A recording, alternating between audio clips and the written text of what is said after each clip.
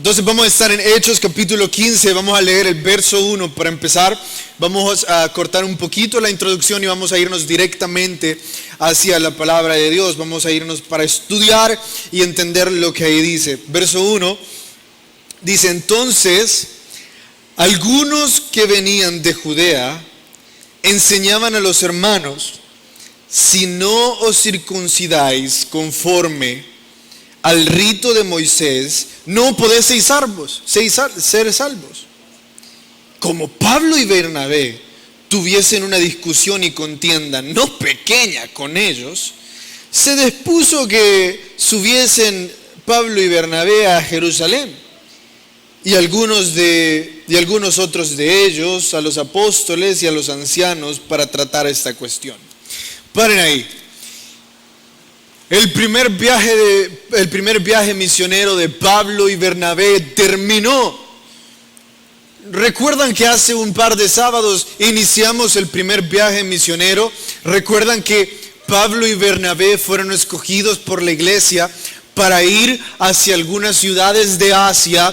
Fueron en barco hacia Chipre, fueron en barco y se extendieron un poco más lejos en Asia Menor. Y a través de su viaje misionero, ellos tuvieron la oportunidad de fundar algunas iglesias. Entonces, termina ese periodo, ¿verdad? Recorrieron todas las ciudades que ellos se habían determinado a recorrer y ahora es tiempo de regresar. Regresan a Antioquía, y eso nosotros lo vemos en el capítulo 14. Lo vimos con Ricardo hace como 2 sábados, que regresan a Antioquía. ¿De dónde salieron? De Antioquía. ¿A dónde regresan? A Antioquía, porque ya habíamos hablado que era algo así como la iglesia madre de Pablo y Bernabé. Entonces, en cada iglesia que ellos iban, ellos decían que Jesús había llegado no para llamar a perfectos, a decirle a las personas que de repente no tuvieran manchas en sus vidas, que no tuvieran pecados, sino que vino y llamó a personas muy imperfectas, a personas con pecado, y les dijo: vengan, porque yo voy a cambiar sus vidas. Entonces Pablo y Bernabé, a cualquier parte que iban, les decían eso a las personas, por lo cual había mucha alegría. Ahora bien, antes de que el cristianismo tomara la fuerza que en este momento ya tenía, había otra religión, la cual fue fundada por Dios mismo, que no se trataba de que las personas o el mundo se fijaran en la religión, sino que esta religión iba a ser literalmente un preámbulo de lo que Jesús iba a hacer. Algo así como que al practicar y conocer esta religión, nuestros corazones se iban a preparar para poder conocer mejor a Jesús, para poder tener un mejor entendimiento de Jesús. Es como cuando nosotros entrenamos un deporte.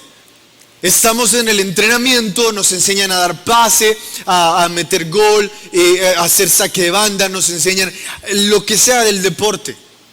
Y luego vamos al encuentro deportivo, vamos al partido. Entonces ahí ya es lo real, pero necesitamos un preámbulo, algo que nos prepare. A esta religión nosotros le conocemos como el judaísmo. Y lo primero que se tenía que hacer para formar parte del judaísmo, o sea, de la religión que Dios planeó como preámbulo para que después pudieran conocer a Jesús, se llama judaísmo. Pero lo primero que había que hacer para ser parte de esa religión, o sea, si ustedes de repente decían: me gusta cómo suena, ellos se ven diferentes, quiero lo que ellos tienen, ellos se ven libres, su Dios tiene mucho poder, quiero a ese Dios. Entonces ustedes iban y decían: quiero ser judío, quiero ser judaizante.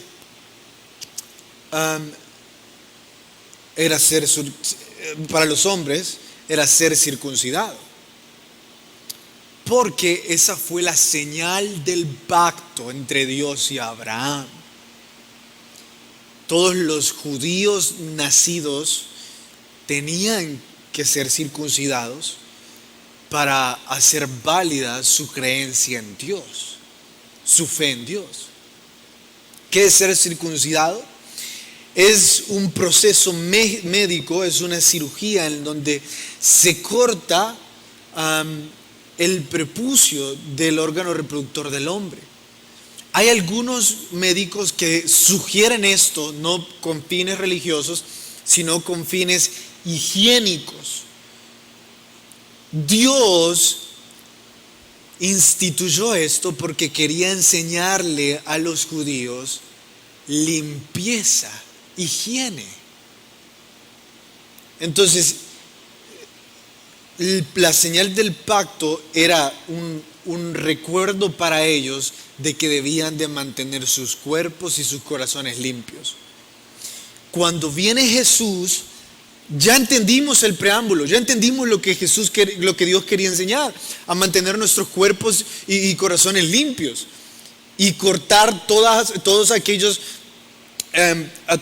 cosas de nuestra vida que nos podían llegar a ensuciar. Entonces viene Jesús y dice, bueno, ya aquí entendieron, ahora yo les vengo a enseñar el cumplimiento del preámbulo.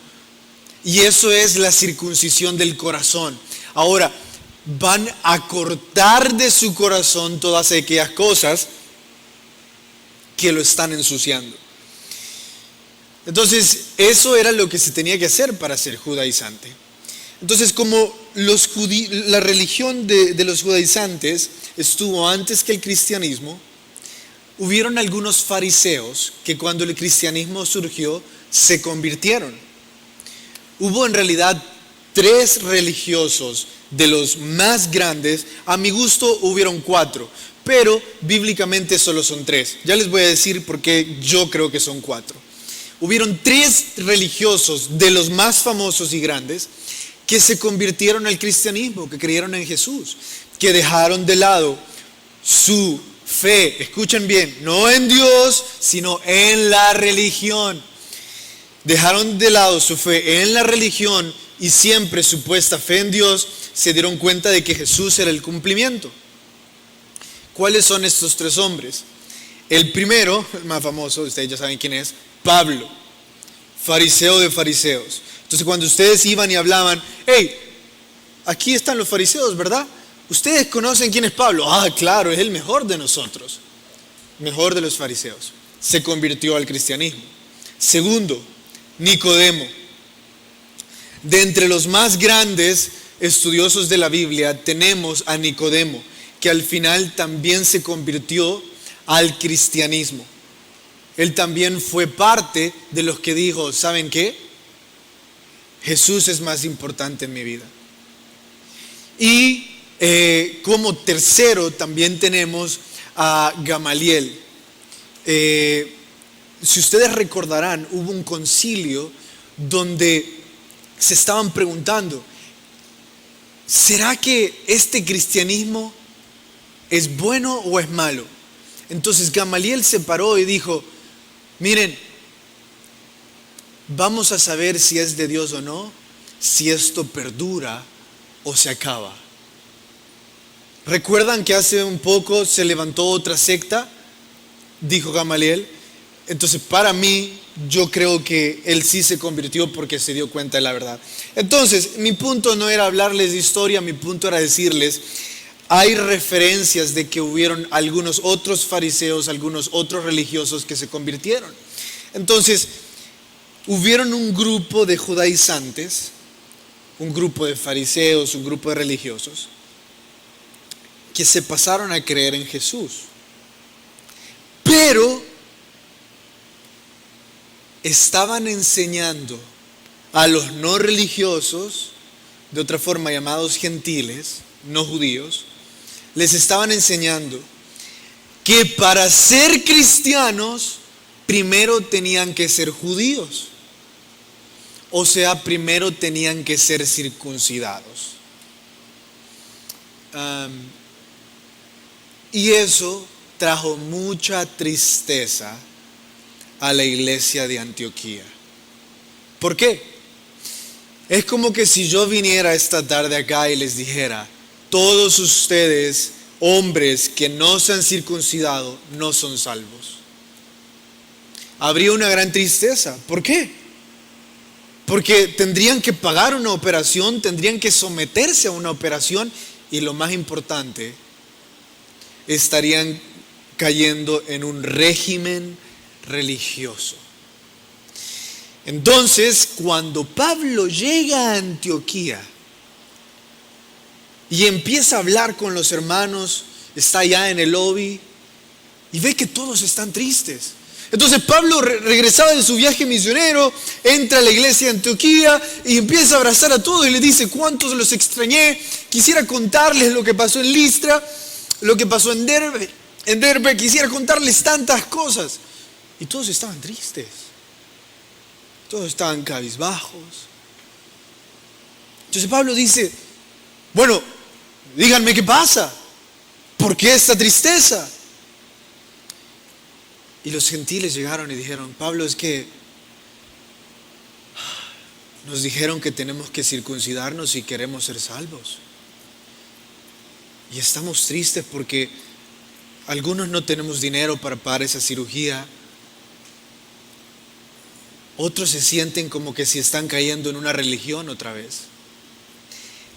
Entonces, Pablo era una persona muy radical, era una persona de un carácter un poco fuerte. Estaba ahí en el lobby, hablando con la iglesia. Se enoja y dice: díganme dónde están esos hombres que les han dicho que para ser salvos tienen que ser circuncidados. Díganme dónde están, porque voy a hablar con ellos. Y las iglesias le digo: bueno, pues están allá por la cafetería. Pablo, evidentemente esto no pasó así como lo estoy diciendo, lo estoy parafraseando para que lo asimilemos mejor. Pablo va hasta la cafetería, se encuentra con esos hombres y les dice: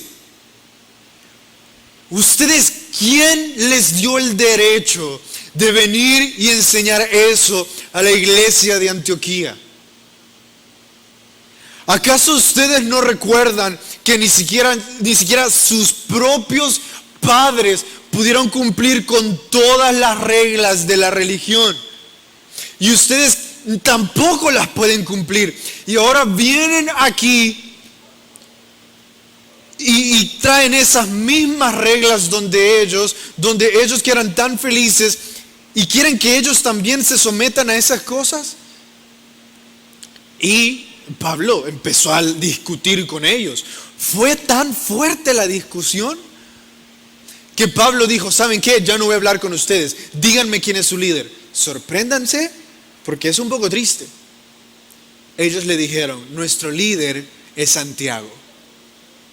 Santiago, el hermano de Jesús. Entonces Pablo dijo: bueno, ya no voy a hablar con ustedes, voy a ir a hablar con Santiago.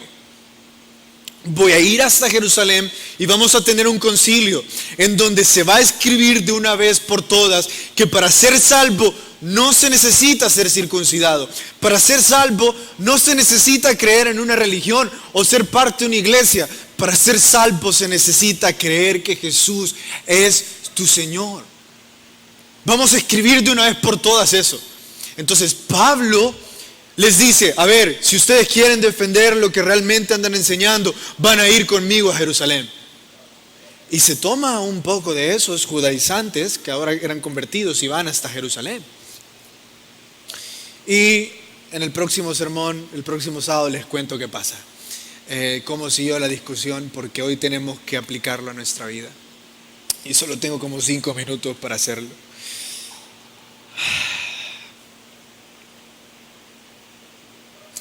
Primera cosa que debemos de recordar: la pereza académica lleva a las sectas. ¿A qué me refiero? La pereza académica es cuando no leemos la Biblia, cuando no la estudiamos. Eso es tener pereza académica. Que el único momento donde abrimos la Biblia es en la iglesia, es el sábado, si es que traemos Biblia. Entonces, como tenemos pereza académica, no la estudiamos, no la leemos, una vez escuchamos en la radio a un pastor diciendo: estamos vendiendo agua del río Jordán. Y si usted compra esta agüita del río Jordán, usted va a recibir sanidad. Y ustedes escuchan eso y dicen, hey, Talo el sábado habló sobre que el río Jordán, ahí se bautizó Jesús. Quizás es cierto esto. Y hablan a la radio y dicen, mire, quiero agüita del río Jordán. Bueno, son $200. Y ustedes se ponen, híjole, tengo que ahorrar $200 para ser sano. Y ustedes compran la agüita del Jordán. Y las instrucciones de la agüita del Jordán dice que se la tienen que echar en la cabeza. Y entonces ustedes se la empiezan a echar y dicen, bueno, hoy sí, ya voy a ser sano. Y una semana después no son sanos. Y ustedes dicen, hey, ¿qué pasó? Creí que esto me iba a ayudar. Y no les ayudó. Yo traté de hacer un poco gracioso y traté de poner un ejemplo tan aislado para que ustedes me entendieran de que lo que les quiero decir es que muchas de las cosas incorrectas que ustedes y yo creemos sobre Jesús es porque tenemos pereza académica. Si ustedes creen que tienen que venir vestidos de cierta forma a la iglesia para ser considerados cristianos o para ser considerados salvos, es una evidencia de su pereza académica.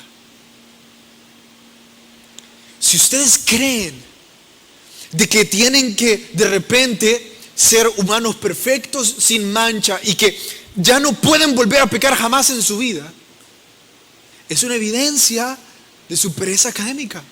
Y están cayendo así como los cristianos de Antioquía, que viene alguien, les dice patrañas y creen en las patrañas. Y así se forman las sectas, porque hay un grupo de cristianos que no leen.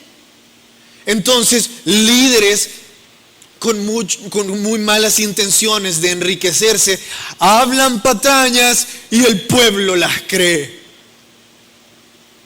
Y de repente tenemos a personas ahí compartiendo cosas en Facebook o en las redes sociales de que los cristianos tiemblan y se desmayan. O de que los pastores tienen poderes como de Goku, que estiran las manos y la gente se tira para atrás. Y ustedes dicen, ¿eso es el cristianismo? ¿Saben por qué creemos esas cosas? Por pereza académica. Hay una gama tan grande de sectas que han nacido a partir de un grupo de personas que no estudiaba la Biblia y creía patrañas. Acabo de enseñar sectas en el seminario y cada vez que terminábamos una secta me preguntaban todos, Carlos, ¿y cómo es posible que alguien puede creer en algo tan ilógico? Yo les decía, bueno, no estudian, no hay otra razón. Los cristianos en Antioquía evidentemente habían caído en la pereza académica y por eso creían cosas como que había que ser circuncidado antes. Ahora déjenme decirles esto. La idolatría académica es hipocresía. Si bien es cierto, la pereza académica hace que se creen las sectas, la idolatría académica también es hipocresía. O sea, no se puede, tampoco se la lleven de académicos y digan, mira, yo sé bastante y por eso yo sé lo que es la verdad. Porque en el momento que sos orgulloso y te andás creyendo que solo vos tenés la verdad y no tenés la humildad de decir, quizás me equivoqué, quizás hice esto y lo otro, entonces sos hipócrita. Entonces, ni la pereza ni la idolatría académica. Entonces, ¿qué hay que hacer? Hay que estudiar con humildad. Porque cuando nosotros estudiamos con humildad, vamos a entender lo siguiente. Y por favor, escúchenme. Jesús no murió en una cruz y resucitó al tercer día para que ustedes vinieran a la iglesia. Voy a decirlo otra vez. Jesús no murió en una cruz y resucitó al tercer día para que ustedes fueran parte de una iglesia, para que ustedes fueran parte de una religión, para que ustedes se pusieran un uniforme, para que ustedes hablaran de cierta forma. Jesús murió en una cruz y resucitó al tercer día para que ustedes fueran salvos. Y una iglesia no los hace salvos. Una religión tampoco los hace salvos. Solo Jesús los hace salvos. Únicamente Jesús. Si alguien viene con patrañas y les dice, tenés que ser parte de la iglesia, tenés que hacer esto, tenés que hacer lo otro, ¿estás diciéndome que Jesús murió en una cruz y resucitó al tercer día solo para que yo estuviera en una iglesia?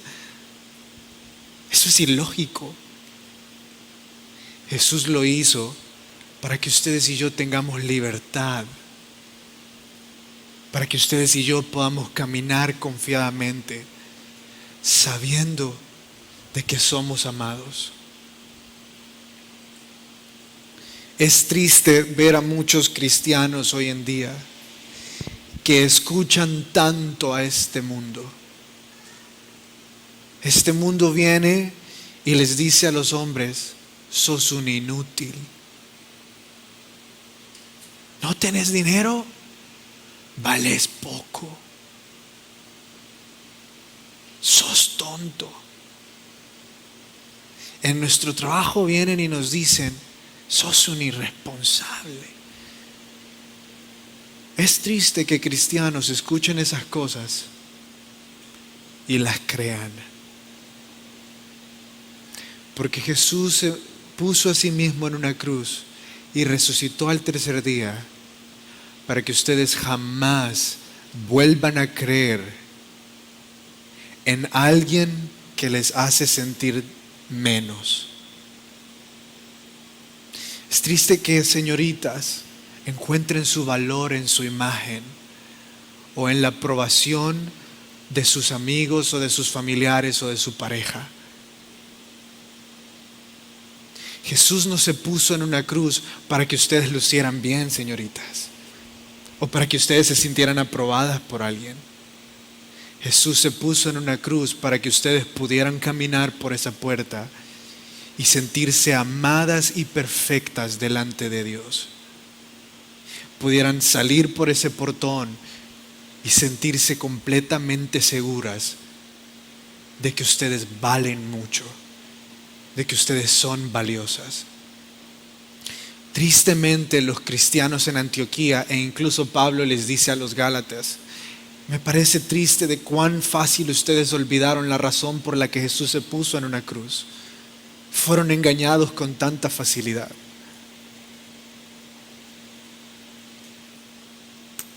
Jesús se puso en una cruz para que ustedes y yo fuéramos libres y no creyéramos en esas patrañas.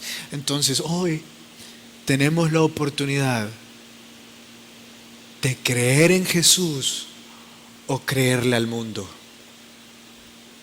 o creerle a religiosos. ¿Qué van a hacer? ¿Le van a creer a aquellos que han reducido los esfuerzos universitarios que han tenido toda su vida porque no están teniendo los resultados que ellos esperan que ustedes tengan? ¿Qué van a hacer con su jefe de trabajo que les vive diciendo inútil? ¿Saben qué le van a decir? Yo creo en Jesús, sé mi valor delante de Jesús y por eso este mundo me puede decir lo que sea, porque yo sé quién soy y sé cuánto valgo. Así que voy a seguir haciendo lo que he sido llamado a hacer y voy a seguir confiando en Jesús hasta el final de mis días, porque soy amado y soy valioso delante de Jesús. Oremos.